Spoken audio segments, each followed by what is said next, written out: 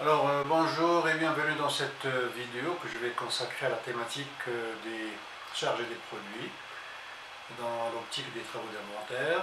Je rappelle que je suis dans le programme des sciences économiques mais également dans les sciences de gestion comptable et donc à ce niveau-là j'avais précédemment développé des vidéos sur les thématiques des amortissements et des provisions et aujourd'hui je vais enchaîner sur les charges et les produits.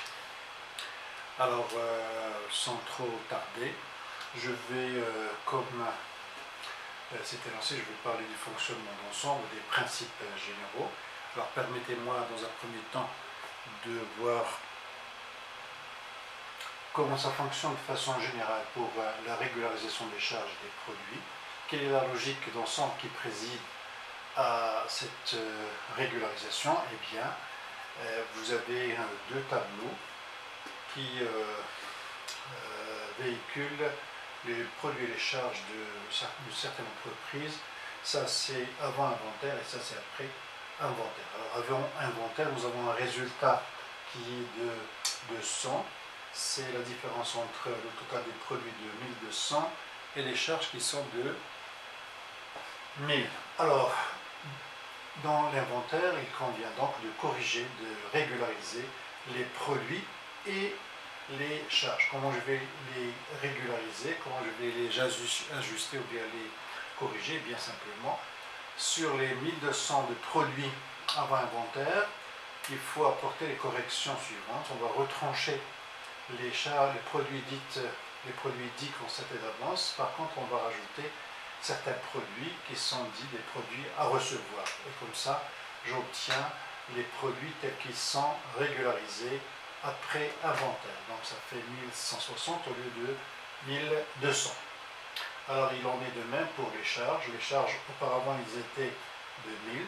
Je vais les ajuster, soit en retranchant les charges dites constatées d'avance, celles qui sont constatées en trop, on va les soustraire, on va les retrancher, alors que celles qui sont jugées en moins, il faudrait donc les rajouter. Comme ça, j'obtiens après coup, après inventaire, des charges nettes de 1040 au lieu de 1000. Et du coup, forcément, le résultat a changé. On est passé d'un résultat avant inventaire de 2100 à un résultat après inventaire de 120. Alors nous avons évidemment un écart de 200 moins 120, ça fait un écart de 80. Et cet écart, vous avez compris qu'il résulte simplement des ajustements que nous avons portés au niveau des charges et des produits. Alors maintenant, pour illustrer ce qu'on n'entend pas, produit constaté d'avance, produit à recevoir, charges constatées d'avance et charges à payer, donc on va considérer une situation comptable qui est décrite dans le tableau, ou bien dans la mise en situation que voici. Alors, il s'agit d'un contrat de location d'entrepôt entre l'entreprise qu'on va appeler propriétaire, locateur, locatrice, et l'entreprise, le propriétaire, l'entreprise locatrice. Donc, les termes du contrat prévoient une périodicité de paiement trimestrielle, avec un loyer trimestriel de 30 000, c'est-à-dire 1000 dirhams par mois, mais le loyer, l'exigibilité, il est trimestriel et le paiement se fait par virement bancaire. Alors, maintenant, pour l'échéance de paiement, on va introduire deux hypothèses. On va considérer dans un premier temps que le paiement intervient en début du trimestre et dans un deuxième temps, on va considérer l'hypothèse où le paiement intervient en fin de trimestre. Alors on va considérer la période qui s'étale du 1-12-2021 au 28-2-2022. Donc nous sommes à cheval entre deux exercices. Donc ça commence le 1-12, ça se termine le 28-2 et bien sûr nous on se situe au niveau 31-12-2021, c'est-à-dire nous sommes à ce niveau-là, au niveau de l'inventaire. Très bien. Et donc, voilà, donc vous avez compris que ce loyer de 30 000, il concerne en fait les deux exercices 2021 et 2022. Alors, sur cette base, quels sont les cas qu'on peut envisager. Alors les cas sont décrits également dans cette matrice que voici. Alors, quelles sont les hypothèses qui vont constituer les situations de travail, hein? Nous avons en fait 4 situations. Les 2 premières concernent le cas où le loyer est payé au début de période, et les situations 3 et 4 sont en rapport avec l'hypothèse où le loyer intervient en fin de période, c'est-à-dire le 28/2/2022. Alors pourquoi nous avons ici 4 situations? Parce que dans un premier temps, on va se situer au niveau de l'entreprise locatrice, et dans un deuxième temps, on va se placer au niveau de l'entreprise propriétaire. Donc 4 situations. Très bien.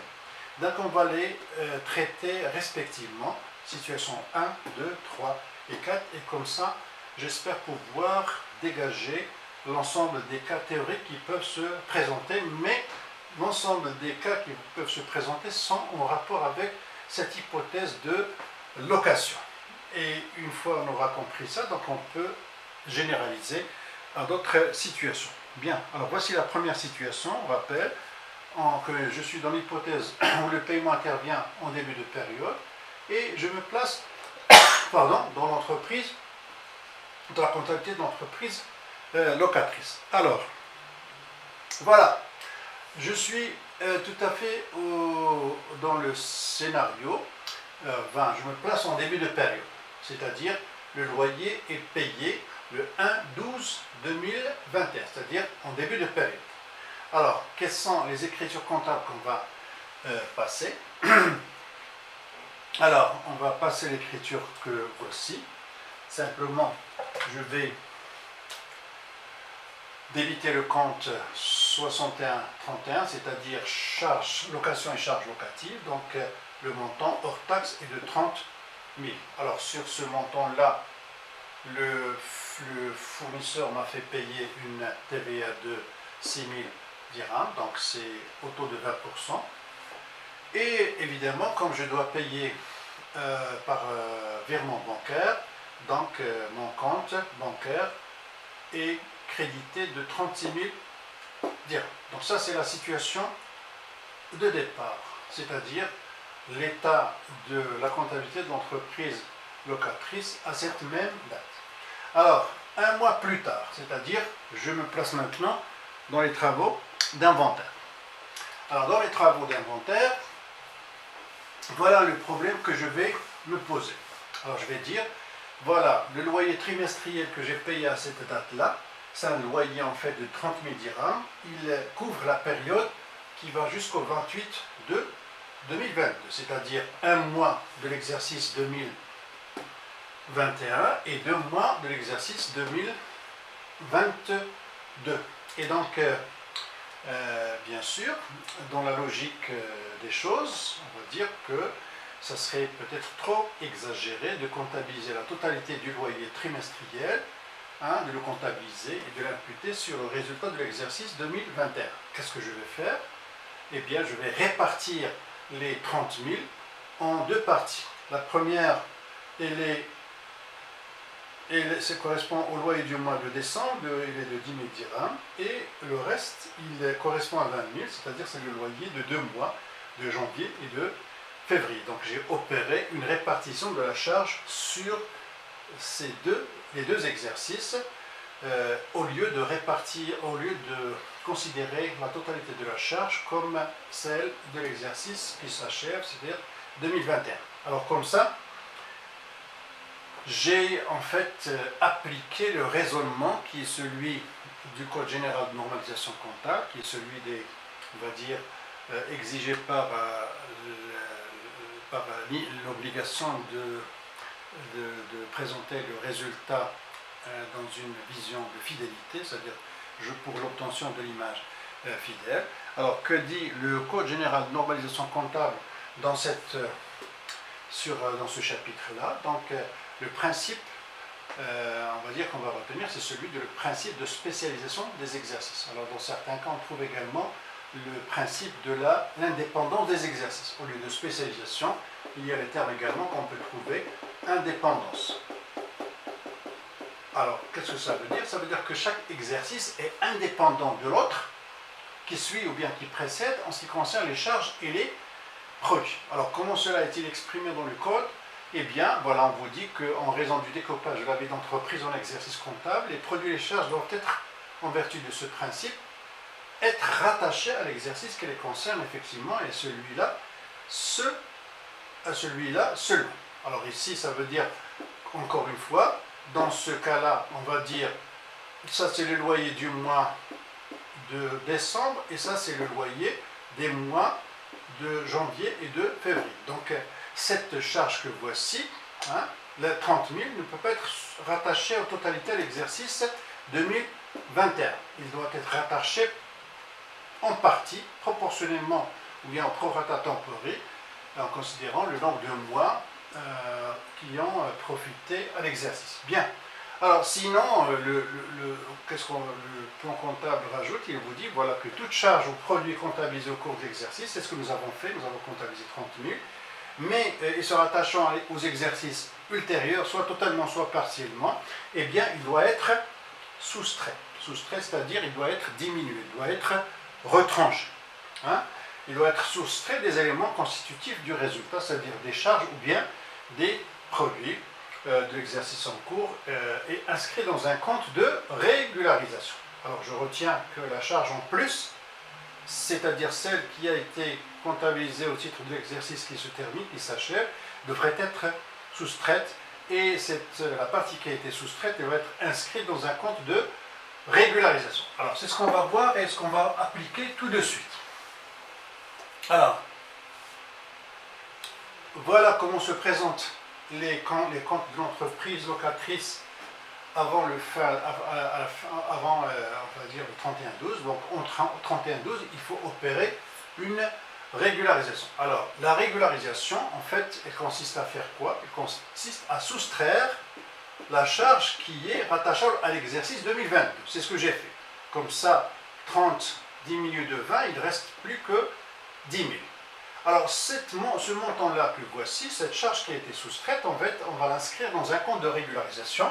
Ce compte de régularisation, c'est ce que le plan comptable appelle charge constatée d'avance. Alors plusieurs choses. D'abord, c'est une charge constatée d'avance, effectivement, puisque cette charge, normalement, il doit être constatée en 2022, mais il a été constaté en 2021, donc c'est pour ça qu'il est dit constaté d'avance. Donc cette charge, il faudrait la soustraire, la retrancher, l'exclure des charges de l'exercice 2021.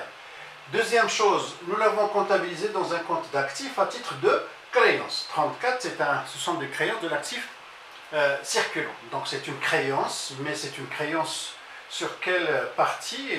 C'est pas une tierce personne, mais bien c'est sur l'exercice suivant. C'est-à-dire comme si nous avons une créance sur l'exercice 2021. C'est normal puisque initialement nous avons déboursé 30 000.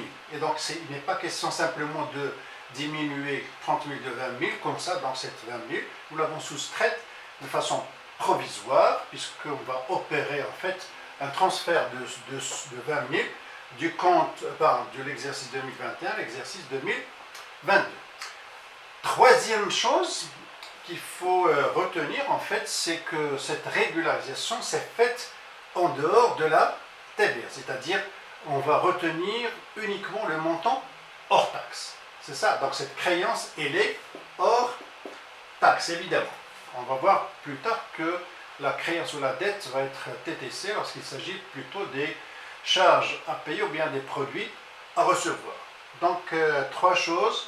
J'ai soustrait la charge, la partie soustraite considérée comme une créance sur l'exercice suivant, et cette régularisation, le montant à régulariser, c'est un montant qui est hors taxe, puisque le montant de la TVA qui est censé être récupéré, c'est un droit de l'entreprise, c'est une créance aussi de l'entreprise. 34, c'est une créance de l'entreprise sur l'État. Et bien ce droit-là ne devrait pas être remis en cause, c'est un droit acquis pour l'entreprise, puisqu'il est établi sur la base d'une facture déjà établie. Bien, voilà l'écriture de la régularisation que j'ai faite. Alors maintenant, la question qui se pose, c'est, Voilà, pour plus d'explications, mais plus pour voir plus clair, voyons maintenant comment la balance va se présenter. Alors, ça c'est la balance, on va dire, avant inventaire. Donc, avant inventaire, le compte de location et charges locatives était débiteur de 30 000. Maintenant, après inventaire, il n'est débiteur que de 10 000. Et les 20 000 que nous avons soustraits, ils figurent dans un compte d'actifs qui est dit charge constatée d'avance, qui est une créance. Donc, la charge a été transformée en créance. Il a été transféré du compte de CPC au bilan. Très bien. Alors maintenant, cette créance, comment est-ce qu'on va la récupérer, puisque c'est une créance? Eh bien, voilà. Voilà comment se présente donc, le 1er janvier, c'est-à-dire le lendemain. Voilà comment le compte charge constatée d'avance se présente. Il est débiteur de 20 000, alors que le compte charge locative, location et charges locatives, en fait, il est réinitialisé, c'est-à-dire il ne porte aucun montant à son débit ou bien à son crédit. C'est normal puisque chaque exercice, on vient de le dire, est indépendant au regard des charges et des produits. Et donc, le compte, en fait, il est soldé, enfin, il porte aucun montant à son débit ou bien à son crédit. Alors, qu'est-ce qu'on va faire alors? Simplement, pour récupérer cette charge-là, on va la transférer, on va la mettre au niveau du compte de charge. Donc, qu'est-ce que je vais faire? Je vais solder ce compte-là par le débit du compte location et charges locatives. Donc, ce compte-là se trouve soldé, c'est-à-dire que nous n'avons plus de créance sur l'exercice 2022 et cette créance a été transformée en charge. C'est ça? Alors ici, c'est une écriture dite de contrepassation. J'ai passé l'écriture contraire, et voilà, donc après coup, le compte est soldé et celui-ci il est porteur à son débit de 20 000. Voilà, c'est l'écriture de la contrepassation. Alors maintenant, après coup, qu'est-ce qu'on peut dire? On va dire que après régularisation, donc la régularisation a été faite au 31/12, donc ça c'est l'exercice 2021 et ça c'est l'exercice 2022. Alors on voit bien ici que la charge de 30 000 a été répartie effectivement sur les exercices 2021 et 2022. Cet exercice-là est dans cet exercice 21, le compte location, il est débiteur, c'est-à-dire le solde, il est de 10 000 et là il est de 20 000. Alors que ce compte que voici, c'est un compte, on va dire, transitoire, intermédiaire ou bien d'attente. Il a été débité le 31, il a été soldé le lendemain. Donc c'est un compte qui a une durée de vie égale à 1 jour. Voilà, la charge locative a été donc répartie entre les exercices 2021 et 2022 au prorata, bien sûr, des temps. Alors voici la situation 2, maintenant que je vais entamer. Donc c'est une situation qui est toujours comme la première. Le paiement intervient en début de période, sauf que cette fois-ci, on va se placer de la comptabilité d'entreprise propriétaire. Et donc pour l'entreprise propriétaire, il s'agit plutôt d'un produit plutôt que d'une charge. Bien, alors, voilà, comme pour tout à l'heure, je vais opérer de la même manière. Je vais voir comment quelle est l'écriture initiale, quelle est les régularisations que je vais faire le 31/12 et quelle est la contrepassation que je vais faire le lendemain matin au 1er janvier 2020. Alors, initialement, pour l'entreprise qui encaisse le loyer, donc c'est un loyer de 30 000 dirhams, n'est-ce pas? Et il a facturé à son client une TVA de 6 000 dirhams et il a profité donc d'un virement du total, c'est-à-dire 36 000 dirhams. Donc ça c'est la première écriture. C'est l'écriture, on va dire, du 1er décembre 2022. Alors maintenant, un mois plus tard, c'est la même chose. Je me demande sur l'opportunité, la pertinence de comptabiliser les 30 000 en totalité comme produit de l'exercice 2021. Parce que si je maintiens les 30 000, c'est-à-dire j'aurais exagéré le résultat de l'exercice 2021. C'est la raison pour laquelle, en vertu et en application du principe de la spécialisation des exercices, de l'indépendance des exercices, donc je vais dire que les 30 000 ne peuvent pas être rattachés en totalité à l'exercice 2021. Seuls 10 000 devraient être rattachés à l'exercice 2021. C'est la raison pour laquelle je vais soustraire ce produit, ce 20 000. Donc je vais la retrancher, sauf qu'au lieu de le mettre en moins, je vais le mettre ici au crédit, n'est-ce pas? Et ce montant que j'ai soustrait constitue par contre, donc je le comptabilise dans un compte de régularisation qu'on appelle simplement, ça c'est, excusez-moi, ça, les cellules devraient être placées ici, cellules. Je vais la comptabiliser comme dette ici, 20 000. Donc ça c'est l'écriture de régularisation. C'est ça? Donc au total, qu'est-ce que j'ai maintenant? J'ai un produit de 10 000, 30 000 moins 20 000, et les 20 000 que j'ai soustraits, hein, je les considère comme une dette, mais c'est une dette du passif circulant envers l'exercice 2022. Donc je vais, comme si j'ai transféré une partie du produit, je vais transformer en dette vis-à-vis de l'exercice suivant. Très bien, alors la même chose, cette obligation de reverser à l'État les 6 000 ne peut pas être remise en cause du moment que les 6 000 sont déjà comptabilisés en vertu d'une facture, donc il n'est pas question de revoir cette dette de l'entreprise, du fournisseur vis-à-vis de l'État. Donc, c'est-à-dire que le montant de la régularisation, il doit être ici un montant qui est hors taxe. C'est l'objet de cette note ici. La régularisation doit être réalisée en retenant uniquement le montant hors taxe, et donc l'obligation de reverser la TVA facturée à l'État, bien au Trésor, aux recettes des impôts, ne peut être remis en cause. Voilà. Bien, alors maintenant, le lendemain matin, ça j'ai opéré la régularisation. Alors maintenant, ça c'est la régularisation. Maintenant, l'écriture que je vais passer, le 1, qu'est-ce que je vais faire? Donc lorsque je passe d'un exercice à l'autre, ça c'est 21. Là je suis au exercice 22. Ce compte que voici, il est soldé. Les 10 000 ont été virés dans un compte de résultat d'exploitation. Donc on commence à 0. Par contre, le compte de bilan, ici, il est toujours créditeur de 20 000. Alors cette dette, comment on va dire, je vais la rembourser? Eh bien simplement, je vais la considérer cette fois-ci comme un produit. Je vais la mettre ici. 20 000, donc ça fait ici l'écriture numéro 3. J'ai opéré simplement une contrepassation. Ça veut dire quoi une contrepassation? C'est-à-dire ici, j'ai passé l'écriture au crédit, là je passe au débit. Et donc j'ai fait une contrepassation et du coup j'ai soldé ce compte de dette vis-à-vis de l'exercice suivant. Alors ce compte est soldé, par contre le compte de produit est alimenté de ce montant de 20 000. Comme ça, n'est-ce pas, on constate bien que la charge, le produit de 30 000 a été réparti, a été, on va dire, subdivisé en deux parties. 10 000 concerne l'exercice 2021 et 20 000 concerne l'exercice 2022. Et comme ça, donc, sur ma balance, voici comment les choses vont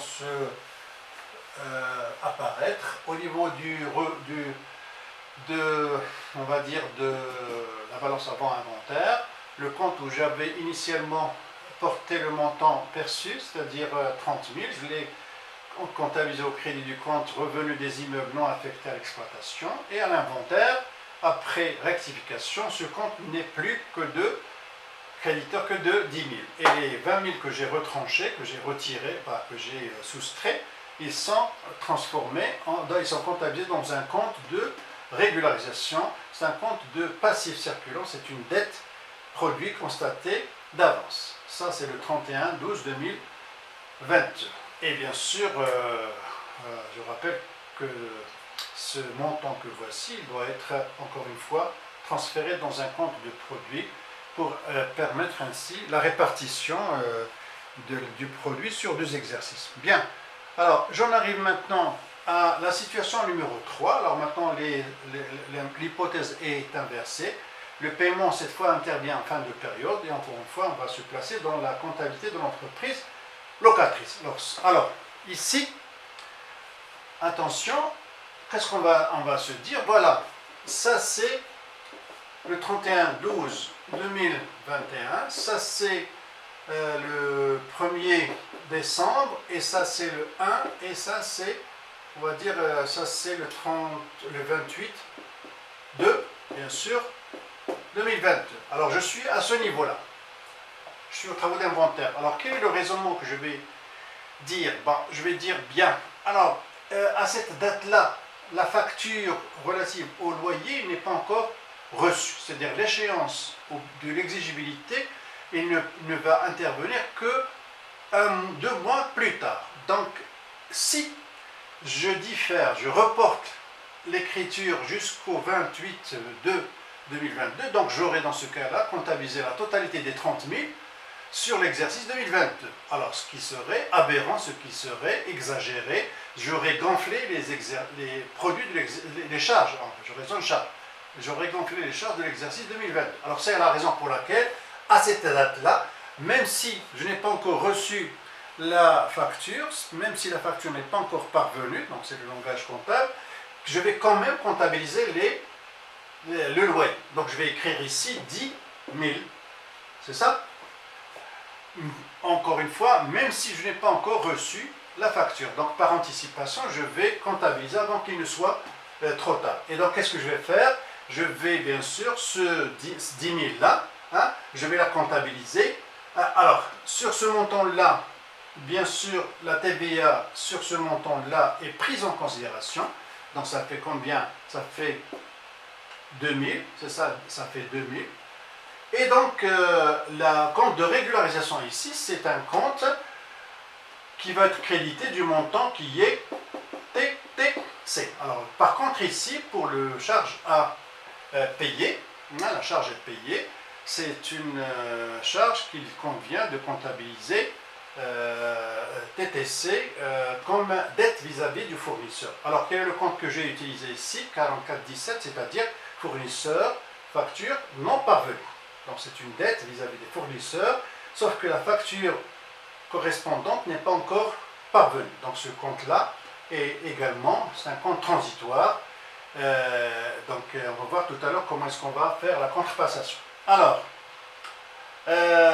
encore une fois, une note très importante relative à la TVA. Alors on vous dit ici que dans la mesure où il s'agit d'une estimation, alors ici bien sûr, c'est une estimation tout à fait correcte, puisque c'est 10 000 fois 20%, ça fait 2 000. Mais sinon, dans certains cas, lorsqu'on ne connaît pas à l'avance le montant de la facture qui va nous parvenir, donc le montant de la TVA ne peut être que estimatif.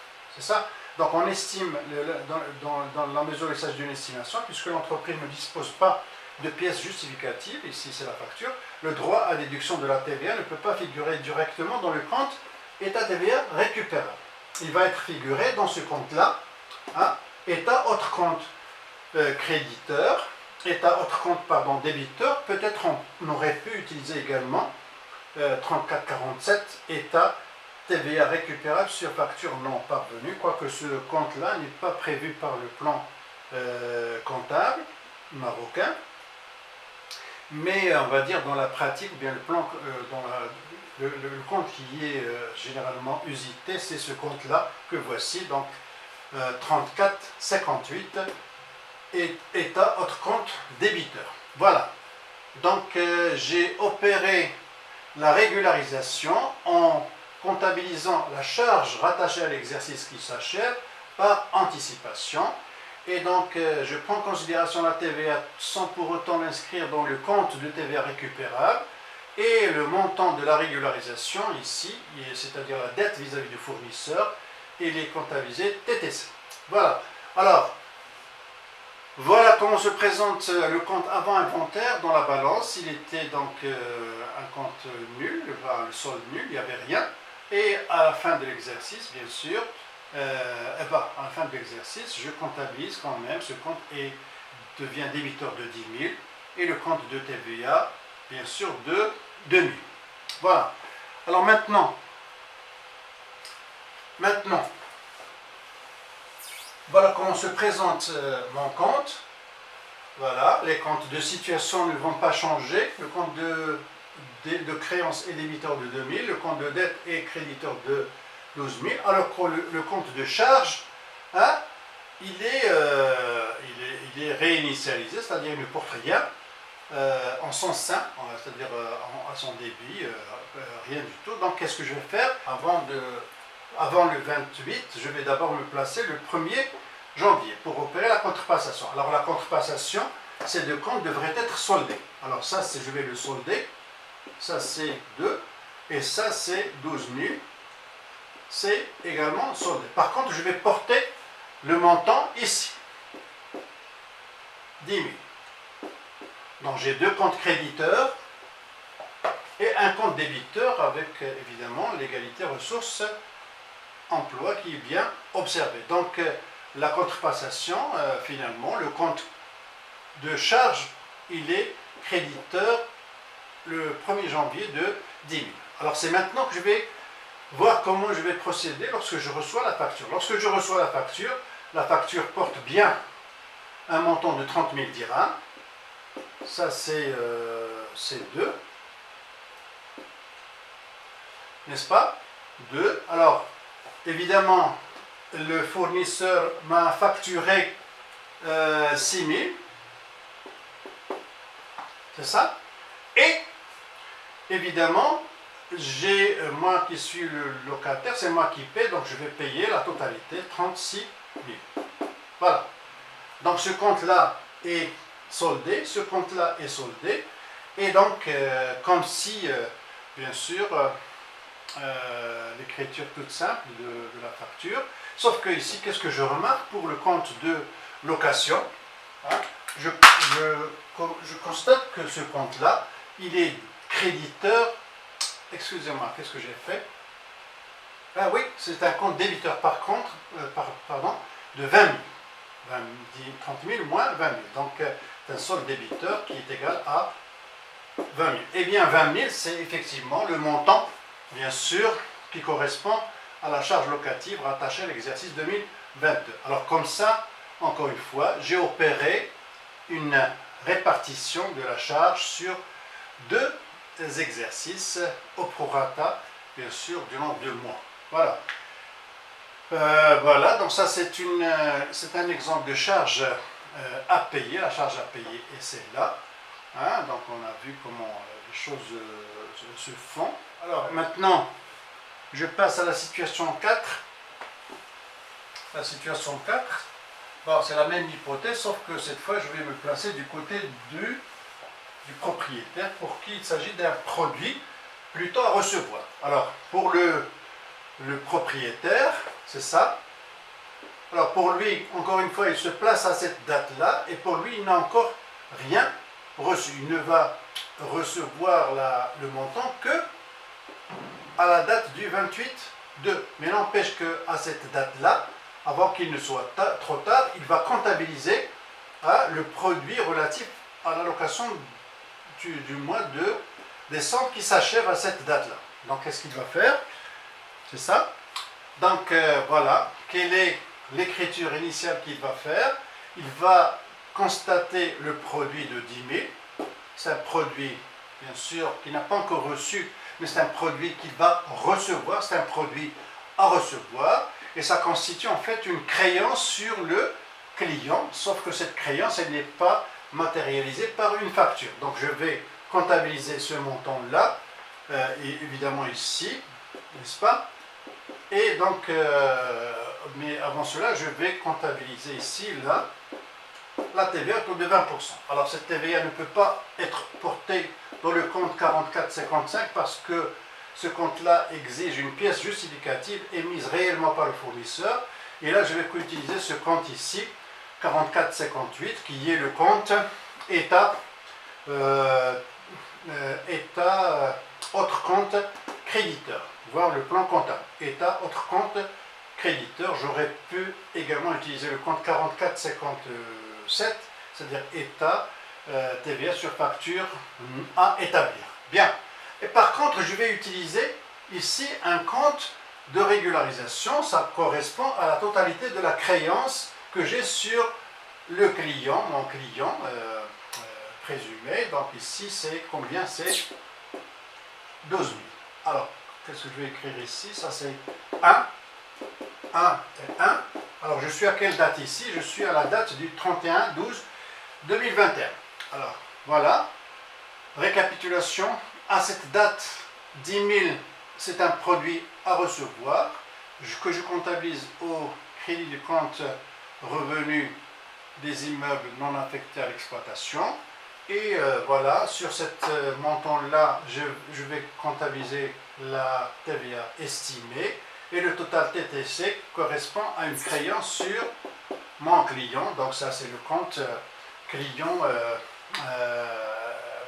créance sur facture non encore établie. Alors vérifiez ça dans le plan comptable. Alors ici, une note relative à la TVA. On vous dit que du moment que la facture n'a pas été encore établie, la TVA correspondante n'est pas encore exigible. Par conséquent, je ne vais pas utiliser ce compte 4455 état TVA facturé. Le montant estimé de la TVA facturée est porté au crédit du compte d'attente 4458 qui est état autre compte créditeur. Voilà. Alors, voilà. Récapitulation. Alors, qu'est-ce que j'ai ici? Oui, ça c'est l'écriture de la contrepassation. Alors, l'écriture de la contrepassation, hein, et par la suite, on va faire l'écriture qui intervient au moment de l'encaissement du loyer à l'échéance. Alors, voici comment se présentent les comptes au 1er janvier 2022. Les comptes de situation à l'actif, j'ai de 20 000, 12 000 et au passif, j'ai une créance sur le client, j'ai une dette vis-à-vis de l'État, alors que le compte, bien sûr, de produit, il est, bien sûr, encore vierge, il ne porte aucun montant à son crédit. Alors, qu'est-ce que je vais faire? Je vais faire la contrepassation. La contrepassation consiste à annuler ces deux comptes. C'est-à-dire, je vais écrire l'écriture inverse. Ça, c'est l'écriture 1. 1 et 1. Alors j'ai soldé ces deux comptes à titre de contrepassation. Alors par contre, je vais noter ici les 10 000 comme au débit du compte 71/82. C'est ça? Très bien. Alors maintenant, j'attends 2 mois plus tard, lorsque je suis le fournisseur, le propriétaire, je vais émettre la facture, donc je vais la comptabiliser. Alors la facture, elle porte bien le montant de 30 000. Ça, c'est l'écriture numéro 2. C'est ça. Voilà, cette fois-ci, je vais comptabiliser, je vais facturer la TVA en bonne et due forme. Donc c'est une TVA qui est due à l'État. Elle est de combien? De 6 000. Et mon avoir en banque va augmenter du total, c'est-à-dire 36 000. Voilà. Et donc, ce qui nous intéresse ici, c'est ces deux comptes-là d'attente provisoire ont été soldés, donc ils n'ont finalement qu'une durée de vie d'une journée. Hein.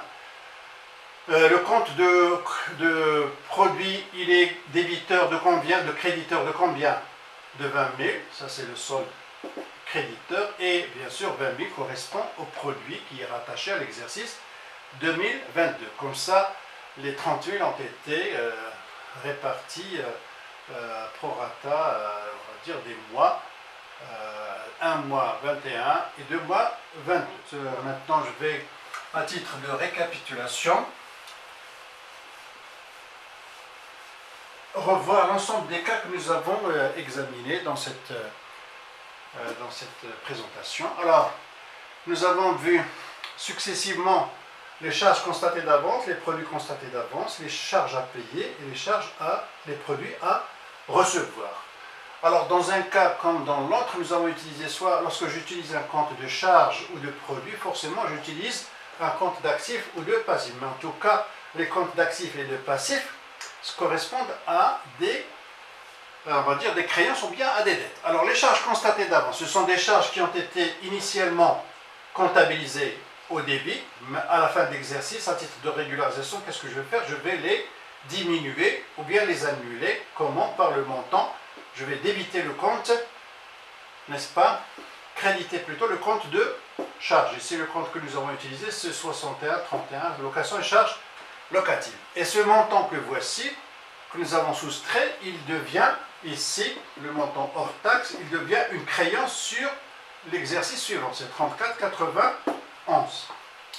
Alors, de la même manière, pour les produits constatés d'avance, je suis chez le propriétaire, pour lui c'est un produit, 71,82, c'est ça. Et donc, initialement, lui, il a crédité ce compte le moment où il a perçu le loyer. Et comme il l'a perçu en trop, il va retrancher, ou bien il va annuler la partie, il va reprendre la partie qui correspond à l'année suivante par le montant ici, hors taxe. Il crédite ce montant et par conséquent, il va avoir une dette à 44,91, produit constaté d'avance. C'est une dette vis-à-vis de l'exercice suivant.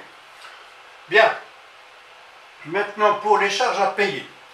Une charge à payer, c'est une charge qui n'est pas encore comptabilisée et qu'il convient de comptabiliser avant qu'il ne soit trop tard. Donc, par anticipation, le compte a été débité ici, 61, encore une fois, 31. Ce compte a été débité le montant hors taxe. La TVA correspondante figure ici dans un compte provisoire également, 34,58. État, autre compte débiteur, ça c'est le montant de la TVA présumée, estimée. Et le montant, n'est-ce pas, c'est une dette 44,17 vis-à-vis des fournisseurs, facture non parvenue. Donc ici le montant, il est de toute taxe comprise.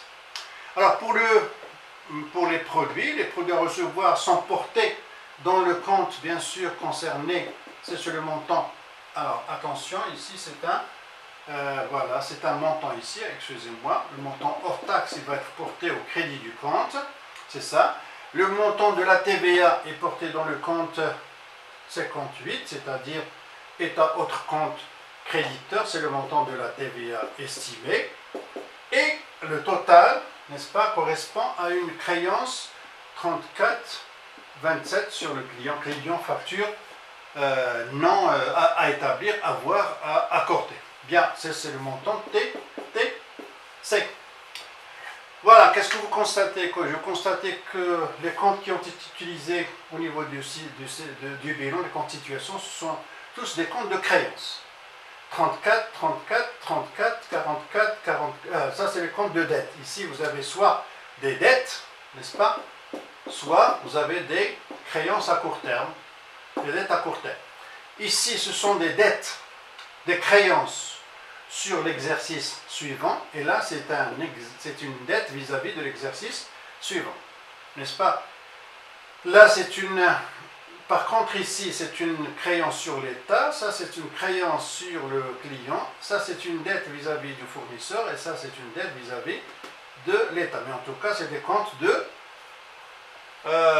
créance. C'est ça? Alors que ici, vous avez les charges constatées d'avance sont retranchées, ils sont portés au crédit du compte de charge. Les comptes de charges à payer sont portés par contre au débit du compte de charge. Et par opposition, les produits à recevoir à constater d'avance sont diminués par le débit du compte de produits concernés et ils sont augmentés des produits à recevoir portés au crédit du compte de produits en question. Bien, alors cette vidéo prend fin. J'espère qu'il a été utile pour vous. Je vous remercie. On se donne rendez-vous plus tard. Ciao.